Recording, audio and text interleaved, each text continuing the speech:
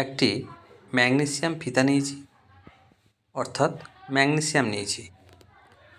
এখন এই ম্যাগনেসিয়ামটাকে বায়ুতে পোড়াবো। দেখা যাক বায়ুতে পোড়ালে কি ঘটে।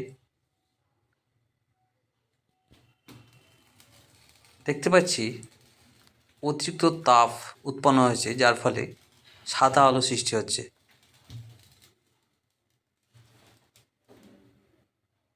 এখানে ম্যাগনেসিয়াম বায়ুর অক্সিজেনের সঙ্গে যুক্ত হয়ে ম্যাগনেসিয়াম অক্সাইড উৎপন্ন হয়েছে, সঙ্গে প্রচুর তাপ সৃষ্টি হয়েছে।